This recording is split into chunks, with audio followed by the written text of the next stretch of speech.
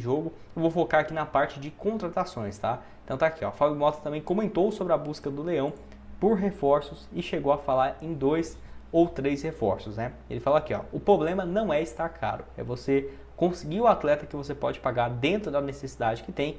Todo mundo sabe que temos carências ainda, né? E que precisamos fazer contratações. Estamos tentando e não é fácil. Até 10 de abril, que é quando encerra a próxima janela, queremos peças para fortalecer nossa equipe que vai disputar o Campeonato Brasileiro e o campeonato que nos sustenta, né? Que ele fala sobre essa questão financeira. Perguntou também sobre o Lucas Arcanjo e o Mateuzinho, né? Não existe propostas, são fake news, não tem proposta. Certo é que estamos no mercado buscando reforços para qualificar e melhorar nossa equipe. São as posições que todo mundo sabe que tem carência, disse aí então o presidente. E aí, né, nessa última semana surgiu alguns boatos, dentre eles do Marinho, que tem jogado aí pelo Fortaleza nesse ano, com início de temporada bom, mas até aqui, né, nos últimos jogos foram total, né, 10 jogos, 2 gols, 1 assistência. Foi titular na final do estadual, que o Ceará acabou vencendo após empate em 1 a 1. E aí, né, se você for reparar, realmente o Marinho está numa fase mais ou menos. Tem jogado como titular e isso, na minha opinião, é um impeditivo para ele não sair nesse momento lá da equipe do Fortaleza, né? Porque se você for ver, 47 jogos na temporada passada, 8 gols e 5 assistências. Chegou em 2023, né, onde ficou muito mais em baixas do que em alto. Então eu vejo que no final do ano passado para cá, o Marinho tem sido titular do Fortaleza, né? É difícil imaginar que o clube vai atrás, tirar o jogador que chegou de graça, né, no Fortaleza, mas que certamente exigiria uma compensação financeira, faltando ainda alguns meses para o término do seu contrato e que tem sido titular. O Fortaleza teria um prazo bem curto, possibilidades somente nacionais de buscar uma reposição. Então eu particularmente não acredito nesse retorno. Eu tinha falado nele no início do ano, muita gente falou que não compensaria. Agora, né, no final do ano passado para cá, ele está vivendo uma fase boa e aí o Vitória ainda segue em busca no mercado de mais um ponta, né? Então o Marinho aí, na minha opinião, pouca chance de ser contratado, pelo menos pelo que temos de informações também vindo, né, lá do Fortaleza, é a mesma coisa, que a chance dele sair nesse momento é bem baixa. Bom, outro que foi especulado também é o Rafinha, lateral direito de 39 anos de idade. Seria uma opção aí, né, que o Vitória ainda tem uma carência para esse ano. Eu vou até abrir aqui para vocês e mostrar os números do Leão até aqui, que tem, né, algumas opções como o Raul Cáceres, que terminou bem o ano passado, mas que ainda segue sendo criticado pela torcida. Também não seria a minha escolha ideal para titular nesse ano, tá? Eu acho que o Raul Cáceres é um bom jogador para a Série B. O Claudinho chegou, ótima aposta, já tinha até indicado ele pro clube também, mas que nessa atual temporada tem revezado demais. Porém, é um jogador que eu acredito que vai recuperar essa posição. O Rafinha, por outro lado, vendo as posições e as opções que o Vitória já tem, eu acho que ele chegaria para ficar bem parecido nesse bolo. Mas eu não diria que seria uma contratação ruim, porque o Vitória chegaria para ser um jogador experiente. Se você for ver, né, na linha defensiva, quem é o mais velho? É o próprio Raul Cáceres com 33, o mais velho do elenco. Deixa eu até confirmar aqui. Acho que é isso, né? 33 anos. O Oswaldo tem 37, muito identificado. Então talvez ele chegue tipo o Oswaldo, um jogador que quando foi contratado, muita gente ficou com o pé atrás. Ano passado fez uma ótima Série A até ter a sua lesão. E quem sabe o Rafinha não poderia ser a mesma coisa. A questão é, o Rafinha tem histórico de problemas no extracampo. Não um problema, nossa, de respeito, faltou treino. Não, aconteceu isso no Curitiba, né? Mas o problema dele é que chegou, vai ficar no banco, pode ser que tenha um problema aí para a diretoria, né? Então, foi assim no Flamengo, teve esses boatos, no Grêmio principalmente, naquele 2021. No São Paulo foi mais agora nesse último ano e agora no Curitiba, vocês sabem o que aconteceu, né? Ele foi num jogo de jogadores veteranos lá do Bayern de Munique. O Curitiba estava ainda depois de ter sido eliminado da Copa do Brasil, no estadual, eliminações bem feias, né? Ele lá na Alemanha, inclusive não jogou amistosos que o clube tinha marcado como uma pré-temporada, né? Pré-preparação para o início de Série B. Então essa questão extra-campo eu acho que pesa demais. Mas eu acho que tecnicamente, olha, eu acho ele muito bom. Tem 39 anos, mas parece ter 32, 33 tranquilamente, não parece ter toda essa idade. Mas, olha, uma atuação que eu ficaria meio em cima do muro nessa, viu?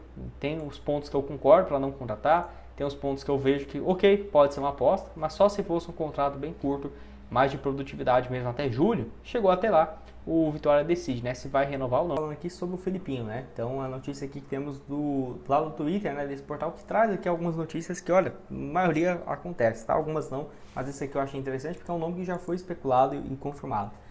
Vitória ainda mantém o interesse por Felipinho, meio canhoto do Atlético Paranaense, e aí agrada a comissão técnica pela versatilidade, né? Ele joga de lateral esquerdo, meio de campo e aí estuda, né, essa proposta para enviar oficialmente para o Atlético Paranaense, jogador que foi titular na primeira metade da temporada no Atlético Paranaense, que vai disputar a Série B, né, nesse ano, 15 jogos até aqui, 31 jogos no ano passado. Obviamente não é uma negociação barata, até porque aqui pelos portais mostra que ele tem um valor de mercado de quase 5 milhões de reais. O Vitória teria sim essa condição, mas é difícil imaginar um investimento mais alto, chegando agora para o início da Série A.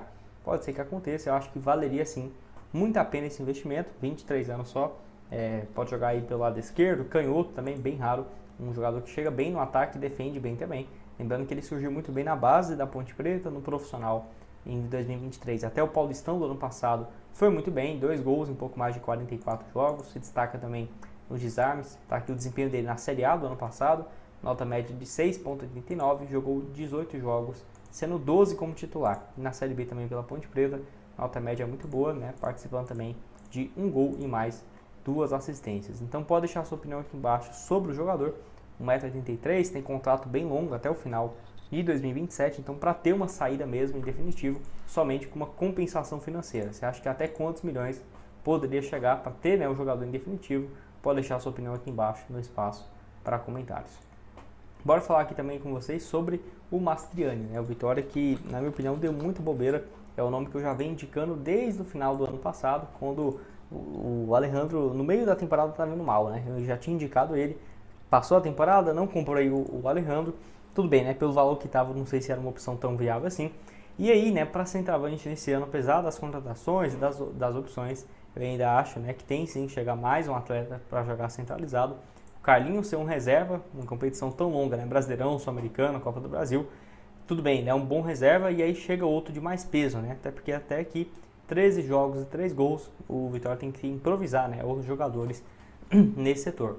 E o Mastriani chegou de empréstimo, pelo que vejo aqui, sem custos, tá? O Botafogo tendo uma opção de compra parecida de quase 11 a 13 milhões no final desse período de empréstimo, e certamente arcando com 100% dos salários, que não deve ser distante de 500 mil por mês, tá? Até o Carlos Eduardo, que ganha 300 mil, 250, Mastriani vindo, né, de uma boa fase no América, deve ter um salário parecido também, e ele não conseguiu engrenar no Atlético Paranaense, incrivelmente, né? Não conseguiu nesse ano, vinha de uma fase muito boa. E assim, no Atlético Paranaense ele fez muitos gols, mas em muitos altos e baixos. 16 gols, 5 assistências em 47 jogos.